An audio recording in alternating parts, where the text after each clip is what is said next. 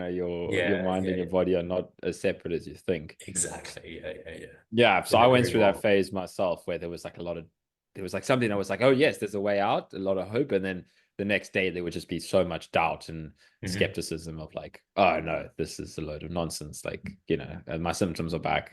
All of these kind of phases. Yeah, Uh, but the key was it was the introduction around that time of like mindfulness and meditation for yeah, me, yeah, yeah. uh, which played a huge role in my journey later Hmm. on. But this was the starting point, and I noticed that it helped me. So basically, from one side, I'd found it online. Somebody had said like meditation helped reduce their symptoms if they were in a crash. Yeah, So I yeah. tried it, or if like a crash was coming on, and I tried it, and I was like, yeah, that actually helps. And yeah, little did I know how deep down that path I was going to go.